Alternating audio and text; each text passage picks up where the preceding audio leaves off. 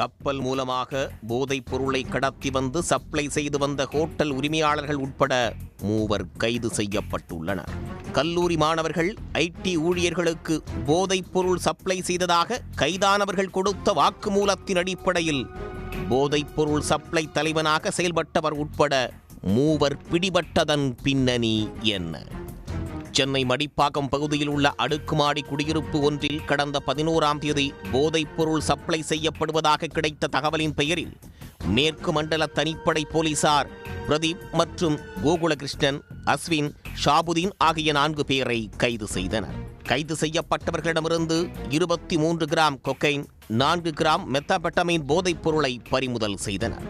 கல்லூரி மாணவர்கள் மற்றும் ஐடி ஊழியர்களை குறிவைத்து இவர்கள் போதைப் பொருள் விற்பனை செய்து வந்ததால் இவர்களுக்கு போதைப் பொருள் சப்ளை செய்வது யார் என்பது குறித்து போலீசார் தொடர் விசாரணையில் ஈடுபட்டு வந்தனர். அப்போது கடந்த 19ஆம் தேதி போதைப் பொருள் டீலர் சீனிவாசனை போலீசார் கைது செய்தனர். அவரிடமிருந்து 1 கிலோ போதைப் பொருள் பறிமுதல் செய்யப்பட்ட நிலையில் அவர் கொடுத்த தகவலின் பேரில் மற்றொரு டீலரான மகாதேவன் என்பவரையும் கைது செய்தனர். போதைப் பொருள் சப்ளையில் இவர்களுக்கு தலைவனாக உள்ளது யார் என தெற்கு மண்டல தனிப்படை காவல்துறையினர் தீவிரமாக விசாரணை மேற்கொண்டு வந்தனர்.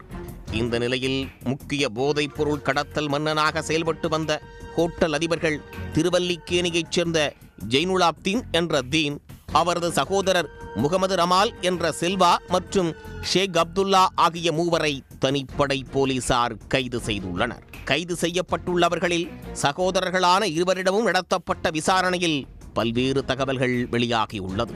சகோதரர்கள் 2 ராயப்பேட்டை மற்றும் திருவல்லிக்கேணியில் உணவகங்கள் மற்றும் விடுதிகளை நடத்தி வருவது தெரியவந்தது.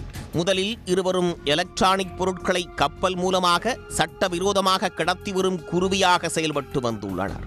பின்னர் போதைப் பொருள் கடத்தினால் அதிக பணம் கிடைக்கும் என்பதை நம்பி கடந்த 10 வருடங்களாக போதைப் பொருட்களை கடத்தி வந்தது தெரிய வந்துள்ளது. பெங்களூரு, மும்பை போன்ற பகுதிகளில் இருந்து கடல் மார்க்கமாக துறைமுகத்திற்கு போதைப் பொருள் கடத்தி வந்து பின்னர் பாரிமுனையிலிருந்து கைமாற்றும் வேலையில் இவர்கள் ஈடுபட்டு வந்ததும் விசாரணையில் தெரிய வந்துள்ளது.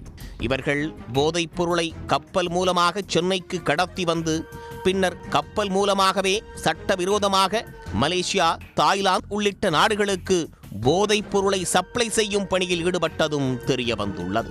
இதுவரை 10க்கும் மேற்பட்ட முறை மெத்தாபெட்டமைன் போதைப் பொருளை கடத்தி பெரும் லாபம் ஈட்டியிருப்பதாகவும் அவர்கள் வாக்குமூலத்தில் தெரிவித்துள்ளனர். இவர்களுக்கு உதவியாக ஷேக் அப்துல்லா இருந்ததும் விசாரணையில் தெரிய வந்துள்ளது. மெத்தாபெட்டமைன் போதைப் பொருள் விற்பனை மூலமாக லாட்ஜ், ஹோட்டல்கள், டீ கடைகள் ஆகிய சொத்துக்கள் சேர்த்துள்ளார்களா என்ற கோணத்திலும் போலீசார் தீவிர விசாரணையை முன்னெடுத்துள்ளனர்.